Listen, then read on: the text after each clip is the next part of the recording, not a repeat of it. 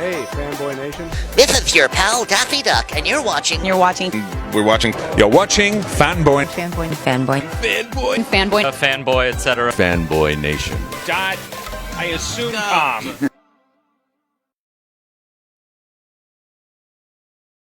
This man and I have become fast friends over both our love for Gene Wilder and his latest documentary that showed twice at the Newport Beach Film Festival, Remembering Gene Wilder, is absolutely fantastic. Multi-time Emmy Award winner, Glenn Kirschbaum, how are you today? I'm terrific, RC. How are you? Listen, I get to talk to you. We get to talk about Gene Wilder. We get to talk about Newport Beach Film Festival. This is a wonderful morning already. Best for anything. Absolutely. I can't wait to get started. You know, I realized that, Julie Nimoy and her husband, David Knight, are the executive producers on this. And I had met them at the Newport Beach Film Festival in 2017 for the documentary about Julie's father, remembering Leonard Nimoy. And that was just one big family reunion because there was like 25 grandkids there, all hanging out together. So that was an interesting experience because I felt like a complete outsider hanging with the Nimoy family. And that was the genesis for this film. That was such a success, and it had been completely funded by pharmaceutical companies, and COPD, which Leonard, died from.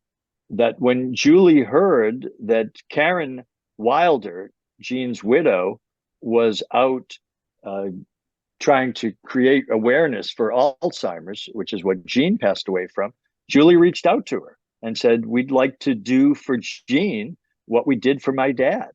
And Karen said, "Fantastic, let's do it." I didn't know anything about Karen Wilder till your documentary, because we've always heard about Gilda Radner and his relationship with Gilda, and Gilda had passed away from cancer, and God rest her soul, because that's awful to deal with on top of it. But Gene was only married to Gilda for 5 years. He was married to Karen for nearly a quarter of a century. And Correct. But that was an untold love story. It almost seemed like that was their own little private island that, yes, people knew about Karen that were in the know. Unfortunately, I wasn't. But it was their love that was like more bonded, that bound them more in a private setting. Absolutely. And she was not in the industry. She lived in Connecticut. They met when he was working on a film, and she was a technical advisor helping him learn about people who are deaf. And it was a true love. And in fact, we have a clip where he's talking to Conan O'Brien and saying that this is the happiest he's ever been in his life. And this was later in life when he was married to Karen and living in Connecticut. And the movie you're talking about is my favorite Gene Wilder movie, See No Evil, Hear No Evil. There you go. Yeah, which was with Richard Pryor. And let it be known that this truly was the first interracial buddy pairing, Richard and Gene. And they came from different worlds, different universes, but put them on the screen together, and it was magic. So. Well, yeah, to make a slight correction, if you don't mind, and please forgive me for overstepping a boundary.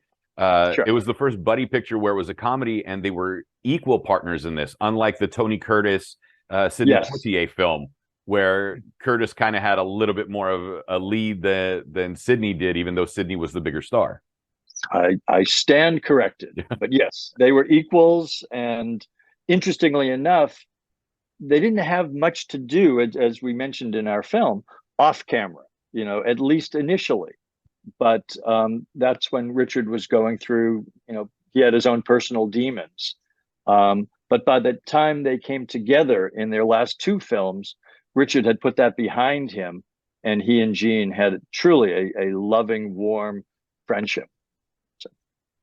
The movies that you selected for this, everything you wanted to know about sex, but were too afraid to ask. And the fact that Gene Wilder could sit there and truly make you believe that he's romantically interested in a sheep, and it's not just some weirdo perversion, was a testament to his talent as a performer. Now, I'm not telling people to go date sheep, obviously. I'm talking about his performance in the film. and making it believable. Oh, it was remarkable. Knowing, when you're putting together a film like this and you're hearing, what people had to say, and Ben Mankiewicz, for one, and Alan Alda talking about Gene's performance, to then study how he was able to pull off that characterization, to make the man sympathetic and not, you could easily go overboard, and he didn't. It was believable. Woody Allen allowed him to ad lib. It was really the action that was the important factor in this. And you bought it, and it's hysterically funny. Interestingly enough, there was one network that's interested in our film, and they said, you have to lose the sheep scene, and we're sticking to our guns. That's in our film, so we're going to go elsewhere, because we don't want to be censoring our film with 21st century sensibilities that didn't exist when Woody made the film back in the 70s. Right. And the fact that there's no gratuitous action with the sheep, it's all implied, especially with them in post-coital a moment where he's having a cigarette in bed lying next to the sheep. Fantastic. Yeah. Who could ask for anything more? but totally believable, and Gene pulled it off. And I would imagine that many Gene Wilder fans don't even remember that he was in that film, as well as Bonnie and Clyde. So for us, that was a joy to expose people to roles that Gene was brilliant in, as well as the bigger roles, the Young Frankenstein and Blazing Saddles and Willy Wonka, of course, and the producers. I talked to David Knight, one of your executive producers, co-executive producer with his wife, Julie Namor. The fact that, where was I going with this? I lost my train of thought. The two most referenced films outside of Willy Wonka, because that's the family-friendly one, is Blazing Saddles, and Young Frankenstein. And I referred to them as the Godfather 1 and 2, because one day you think Godfather 1's better than 2, and then the next day, depending on your mood, 2's better than 1. And that kind of how it goes back and forth between Blazing Saddles and Young Frankenstein. Do you see it as such, or is it just Young Frankenstein's your favorite and that's like the end all be all? Yeah, no, I love both. I mean, I love what they both represent. I mean, I grew up making monster models, the Frankenstein and the Wolfman and Dracula. So I knew all of the original films, the James Whale films. So for me, Young Frankenstein is phenomenal and hysterically funny, as funny today as when I first saw it when I was a child. Blazing Saddles, I equally love, but not only because it's very funny, but also because of how daring it was, that it was making a statement about the Old West, that it was talking about race relations. It was turning the Western on its head. And, in the hands of Mel Brooks, and Gene, who, as we mentioned in the film, was not the first choice for the Waco Kid. But the pairing was just phenomenal. And so, yes, I love both. Obviously, there are those who love one or love the other. The fact that they came out during the same year, my God, what a year for filmmaking and for comedy. Yeah, I remember going to Fox Studios and watching them put up the mural of Young Frankenstein on one of the buildings. And I think it took less than a month to put up that entire mural, which blew me away of its own right, as the artists were able to. And what people don't realize, and you mentioned it in the film, the original choice for the Waco Kid was Newport Beach legend John Wayne. And there was a documentary about his life, or one of his films in the Newport Beach Film Festival this year as well, and how he said he loved the script, but he'd be first in line to buy a ticket because it might tarnish his image.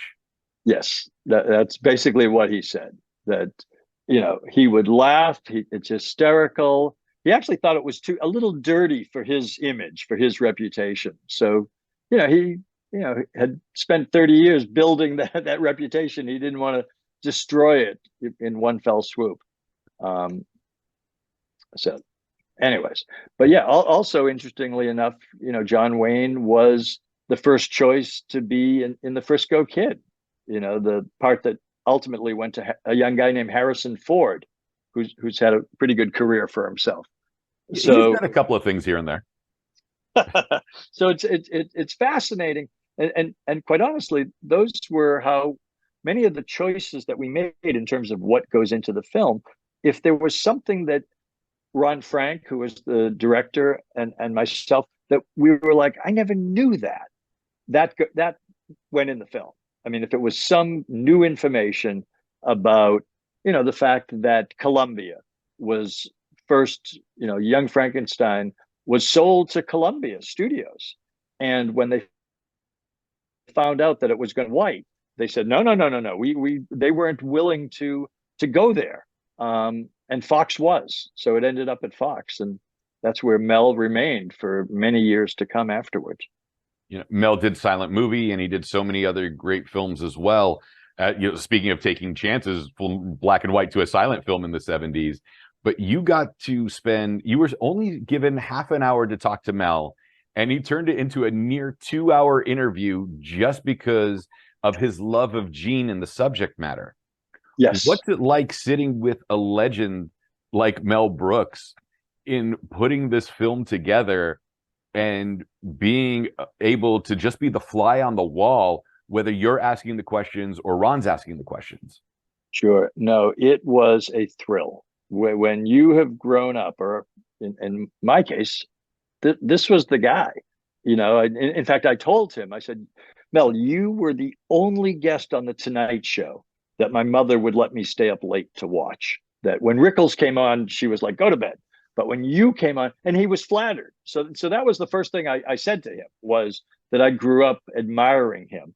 And to just sit listening to him, and he's the consummate storyteller. I mean, here was a man, he was 95 at the time of the interview. He was fantastic. He just, without hesitation. And as you mentioned, RC, he first said only a half hour, and there we were, and he was on a roll. And so part of the, I dare say, pressure in making this film is I didn't want to let him down. The fact that he was one of my heroes, I wanted this film to shine. I wanted it to do him justice and Gene justice and all of the wonderful performers. And hearing that Mel loved the film. In fact, we put it on all of our movie posters and tweeted about how much he loved the film, a tweet that was seen by over 2 million eyeballs. That's gratifying. I almost feel like I could retire now, but I'm not going to. So anyways, please don't. You got plenty of work to continue to make for us out there and to entertain us. Thanks, man. And Gene did us a favor posthumously in the fact that he narrated his own audiobook. And I told David this, and I'm going to mention it to you as well. I remember listening to Paul Stanley from Kiss's audiobook, and Paul just read it flat, with a couple of inflections here and there. And then Gene really brought the book to life in the fact that he performed his own autobiography as if it was a radio play or a one-man show on Broadway. So he even did us a solid before you guys even put pen to paper for the documentary. Absolutely. When we heard that, it just blew us away. And it was, we need to go with this. We had to get permission from Karen Wilder, who has truly, to her credit, hasn't, she's been supportive. She's given us everything from their vault, photographs and movies, and she loves the film as well. But she was the one who gave us the rights and said, yes, if you want to use Gene's voice, by all means do so. And you're absolutely right, RC. He reads it with such conviction and such passion that when you see this film, you'd swear he was in the edit bay with us making it. And so, yeah, we were blessed to have Gene's voice. And in fact, another decision-making part of our process in determining what went into the film was it's really important to Gene. I made sure it went in.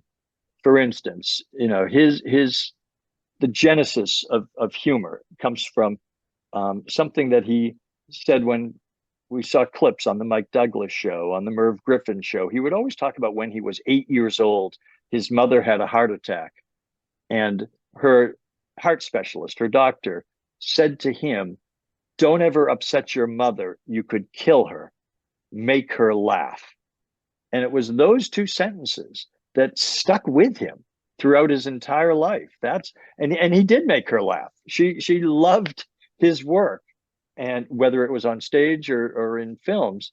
And so when you talk about the book, we went through his book with a fine-tooth comb, and anything that truly mattered to Gene, we went out of our way to make sure it made its way into the film. I'm going to do you one more. I don't think you did a fine-tooth comb. I thought you used a sifter. Because you guys were digging for gold and you found it. Thank you, RC. No, and hearing that you liked the film as well is so gratifying. I mean, I would hazard to say I haven't heard a negative. No one has come out of the film saying what a waste of time that was. I think for people of my generation, you're a bit younger, but it's a sense of nostalgia. Yes, but you're far more handsome, so it works better this way. Well, I beg to differ. But truly, it's a nostalgic trip. It's a tribute to someone we grew up with. It works on that level.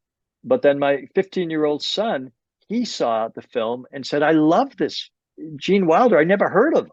He said, "I've seen the memes with Willy Wonka, but I had no idea what this man had done." So he went out of his way to see every one of the Gene Wilder films. And that's gratifying to know that we are creating a new generation of fans and sharing his genius with people who otherwise might not have even known what he had done. You know, one thing I absolutely loved, speaking of Willy Wonka, that you included in the documentary is that in Wonka's office, it was Gene's idea to cut all the furniture in half, so no one truly knew if Wonka was a nutbag or not.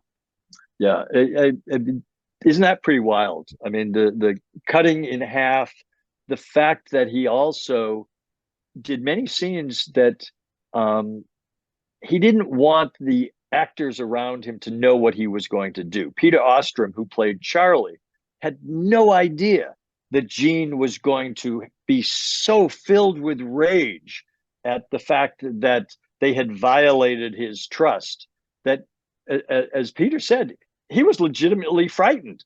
You know, this was shocking to him. It was also Gene's idea that when Wonka was first introduced, when he first came out to meet the kids, in the script, it was supposed to be with fanfare and marching out there bravely. And he went to Mel Stewart, the director, and said, "No, I want to change that. I would like to come out hobbling with a cane and to basically fall and then do a somersault and spring up." And Mel Stewart had no idea why. I mean, they had a debate over this, and Gene said, "I want, right from the get-go, you don't know what to expect from this guy." And, you know, if you saw the film, you know that Wonka is a bit of a lunatic. And so you don't quite know what he's going to do next. And that all came from Gene. It's fascinating. And one thing we should have asked Karen at one point is, was it in Gene's contract to only work with guys named Mel?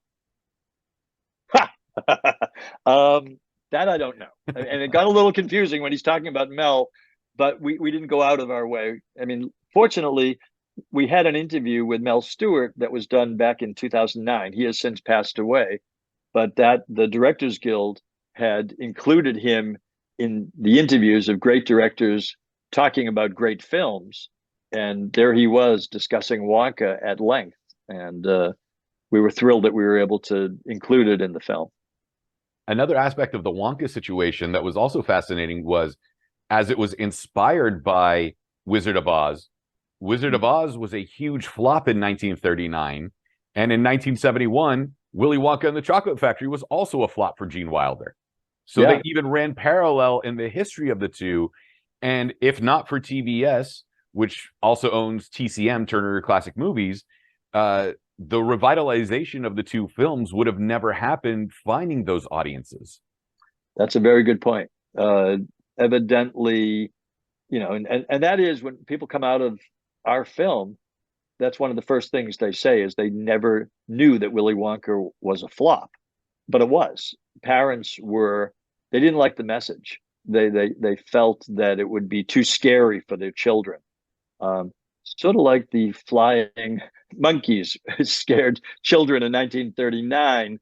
I think some of the things that happened to the children who encountered Willy Wonka, was it scary? Yeah, perhaps. But did they not read the original Roald Dahl books? Exactly. Who I don't think he liked children, to tell you the truth. Gene, by contrast, did like children. In fact, Ron Frank and Karen Wilder were at a screening last night, and Ron told me that several people came up afterwards. This was a screening in Connecticut, and said that they remember trick-or-treating at Gene's house, and that Gene would always invite the kids in to talk to them.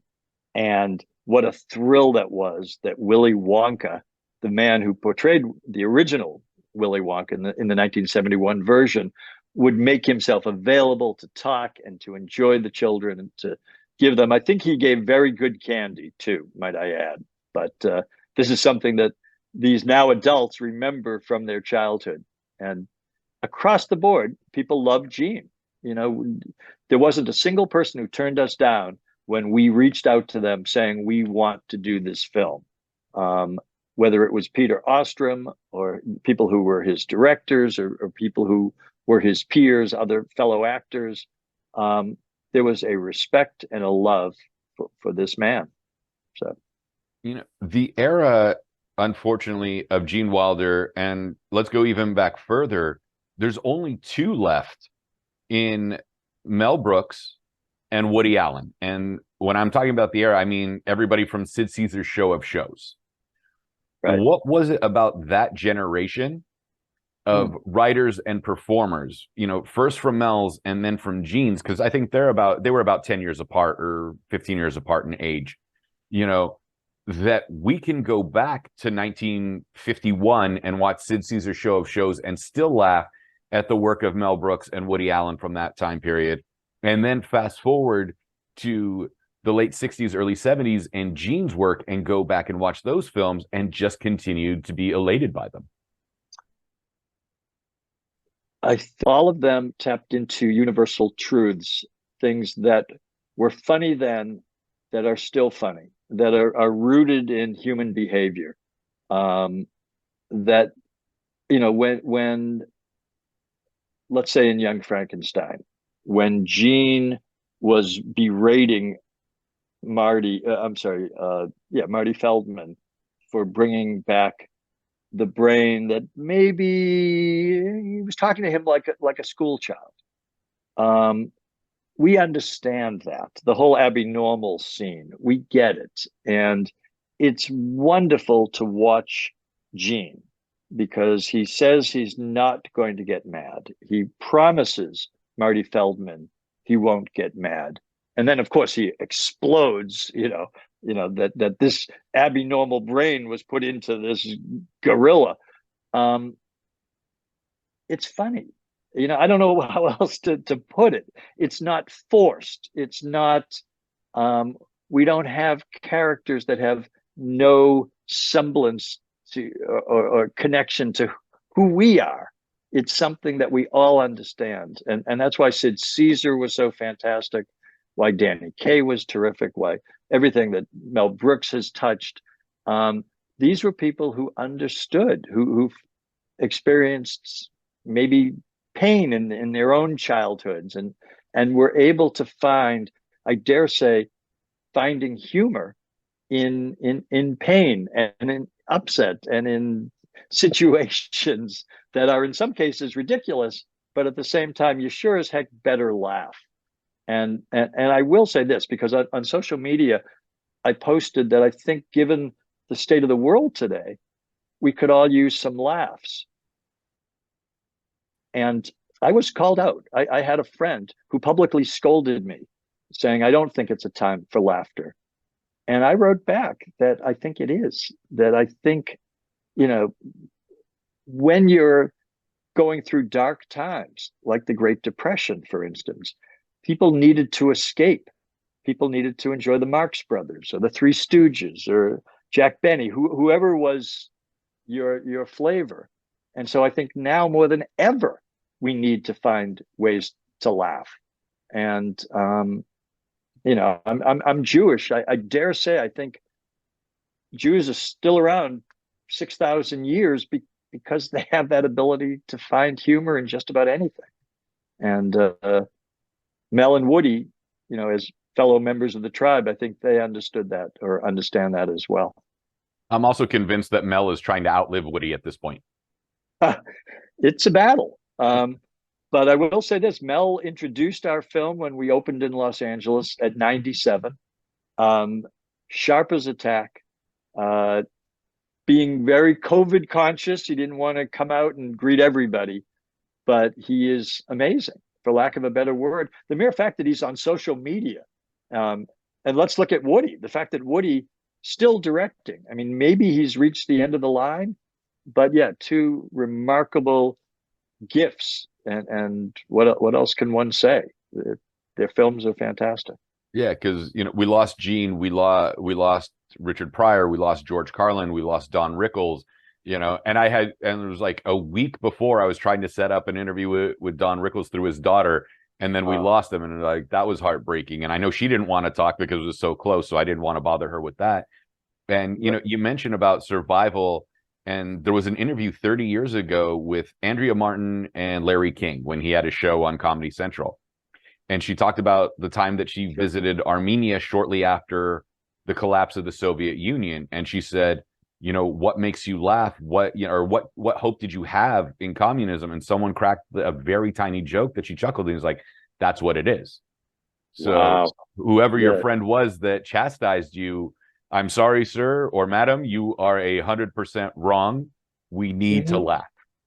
Yeah, I agree. I mean, even, you know, Anne Frank, while she was in hiding, she was cutting out newspaper clippings about Hollywood stars and for magazines. In fact, one of my previous jobs, I was a writer on Unsolved Mysteries for 10 years. And I mentioned to Robert Stack, I said, you know, that she cut out a clipping all about you, that Robert Stack had given Deanna Durbin her first screen kiss. And that was memorable enough for Anne Frank to put it up on the wall of her bedroom. And he was very touched to know that she had done that. Wow. So yes, the power of film, it hopefully will work. And quite honestly, that's the joy in making a film like this is we want to spread joy. We want to acknowledge people who make us laugh. And so I dare say, I've worked for 40 years in this industry. This was the most satisfying project I've ever worked on, just because it has brought joy to so many people. And I know this wasn't your intention in making this documentary, but what does it feel like knowing that in the next 5 years, this is going to be shown throughout cinema classes in, you know, and the college and university level, of basically showing us a clinic of what someone like Gene Wilder was able to do in his career? I love that. Nothing would make me feel better. If that's my only contribution, then I've done okay. It makes me feel great. It's I didn't want to see Gene Wilder's work forgotten to history. You know, I grew up and I was thrilled that people like Kevin Brownlow had done films on Chaplin and Keaton. And basically, you know, I wasn't alive when silent movies were made, but here was this man that had put in the effort to acknowledge there were these geniuses, and here's why. And that's what we wanted to do with Gene Wilder, was to acknowledge here is this amazing man who had such range, and, you know, if we're not careful, could get lost to history. And we didn't want to see that happen. And thank you, RC, for your kind words. I do hope this will last. I do hope that you know, because I think the humor will always last. It's funny stuff, and it makes one laugh. So, well, you got Ben's number. He's got pull at TCM. He's not going to listen to me. He barely remembers me. So give him a call. Well, Ben, I think part of the reason why we were able to get such a wonderful interview from Ben was we showed him a rough cut of the film. So he knew exactly where he could contribute. And so he knew what others had said before him. So he played off of them. And what he did, which I love, is that he was able to contextualize Gene Wilder. He was able to say that Gene and Mel, or Gene and Richard, or, you know, were like the Bears. You know, we may not understand why it worked, or why, you know, Spielberg and John Williams is such a great pairing, but it does. And so he was able to give us a context for what Gene's place in the, you know, in film, in the history of film. And so we were very appreciative to Ben in giving us as much time as he gave us, and in taking the time to watch the film. He had a list of hero points I want to make. And in fact, one of the one soundbite that I wanted in the film that is not in the film right now, Ben had said that Gene, with his amazing blue eyes, looked like Paul Newman's crazy younger brother. And I loved that line. And one of our executive producers said, "Oh, I think you're going to offend Karen with the crazy younger brother thing. Let's not put that in there." And we could have pulled a Mel and said, "It's out," and then kept it in, which Mel Brooks, we could have learned from the master. But we took it out. And I later talked to Karen Wilder, and I said, I had this one line, and I mentioned it to her, and she said, "I love that line. Anyone who compares my husband to Paul Newman, that's fantastic." So I'm hoping if we ever go back and tweak the edit, that line's going to get in there. At least I hope so. And if not, it will be a bonus feature on the Blu-ray. There you go. So, but yeah, believe me, there's plenty of great material that didn't, you know, we knew it had to be an hour and a half, 2 hours tops. You know, there were so many wonderful films that didn't make it. You know, Little Prince, for example, I've had several people ask me, if you ever go back and recut, please get in more Little Prince, and we will. So, well, anyways, we don't want anyone disappointed, you know, with what they get to see. Well, this documentary, Remembering Gene Wilder, has zero disappointing moments, except for the fact that it was shorter than we had hoped for, because that's how much more Gene Wilder we wanted in this. Wow. Well, RC, thank you, man. Thank you for coming to the film. Thank you for acknowledging what makes it work. We are going to be in many film festivals. There are several companies currently vying for the theatrical rights, so we will be out there. And the hope is, of course, to get in with one of the streamers. And I feel confident that we will, because the word of mouth has been fantastic. And I can't thank the fans enough who've enjoyed the film. Well, please remember me when you do a Q&A at some point for one of the upcoming screenings, and especially Sure. for the theatrical release. If you ever need me to be a part of it and host the Q&A, I would be more than thrilled to do so. That's how much I loved your documentary. Wow. Coming from you, that means so much. So thank you, RC. Appreciated. And we'll keep them coming. Well, you know, there are other, I don't want to go public yet, but there are other children of great performers who have approached us now and said, "Can you do for my dad what you did for Gene Wilder?" So I'm hoping that will now be a cottage industry where we get to celebrate stars from the 50s, 60s, and 70s who are worthy of this kind of admiration. So you guys are essentially starting your own Chicken Soup for the Soul type documentary series with the Remembering Of franchise, since it started with Remembering Nimoy and now Remembering Gene Wilder. I think we're on to something. I think people love, and it was no coincidence. We did not want to dig up dirt. We did not want this to be a film, Daddy Dearest, or where we're going to shock you with what we discovered about Gene Wilder. This is a love letter to Gene. And we admit it. We're not, if someone wants to make that film where they dig up dirt, God love them. That wasn't our intention. We wanted to celebrate this man.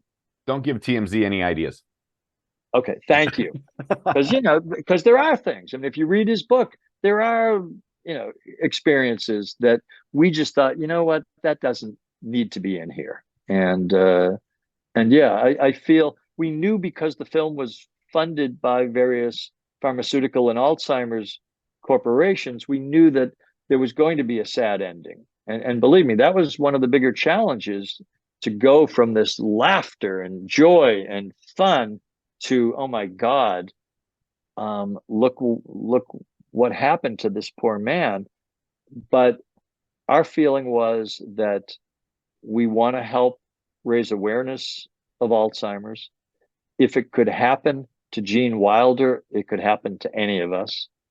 And in fact, two of the most poignant moments in the film for me, one was when Gene couldn't remember the name of Young Frankenstein, which was his favorite film. It was he had written it, and I think many people don't realize that the genesis came from Gene. And that was, for Karen, one of the first indications that something was terribly wrong.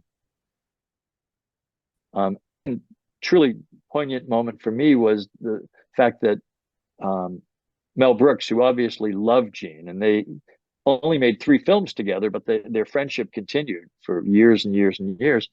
When he would reach out to Gene when Gene was in the throes of Alzheimer's and could not make a connection. And for Mel, that was heartbreaking. He talks about how he cried and cried. And, it's ultimately very tragic. And hopefully we can make inroads in Alzheimer's research, and I think they are being made. And the day will come that we will be talking about that disease as if we're talking about polio. And from your lips to God's ears on that one. Yep, thank you. And I think we touch audience members with that aspect of the story.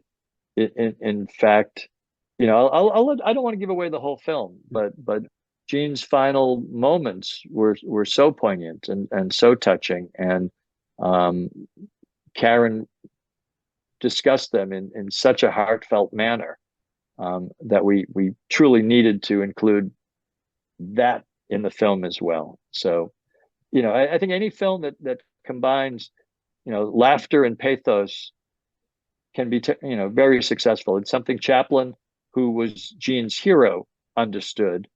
And in fact, in one sequence, Gene talks about, remembering what Chaplin had done in a film called The Circus, and sort of repeating the same sort of approach to comedy that he had learned in studying Chaplin's on-screen persona. What charitable organizations are you working with, especially for this film, in regards to Alzheimer's, so we can include that in the link? That I think would have to come from Karen and David. I honestly, actually, I don't have it at my fingertips, but I would say any Alzheimer's organization.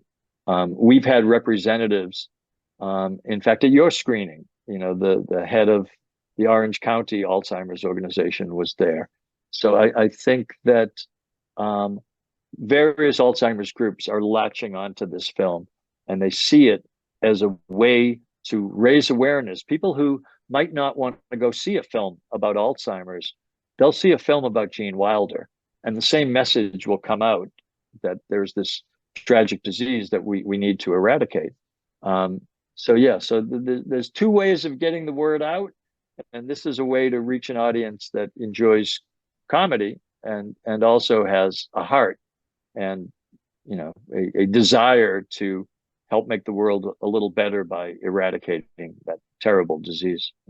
Fantastic. Glenn, where can we find you on social media if we want to connect with you? I'm on Facebook. I'm on Instagram. I try my darndest to respond to anyone who reaches out to me. I believe there's also a Remembering Gene Wilder site on Facebook. And RC, I can't thank you enough for the time and again, your professionalism in seeing the film, and obviously what you're talking, your history of film, and I can't thank you enough for appreciating what we've sent out there. So thank you. Coming from someone like you, that is the greatest compliment I could ever receive. So I'm very humbled. It is my pleasure. Well, let's keep in touch. Let's friend each other. How's that? Listen, stick around for a couple of minutes. I got a funny story about finding humor in tragedy that I'm going to share with you off the record.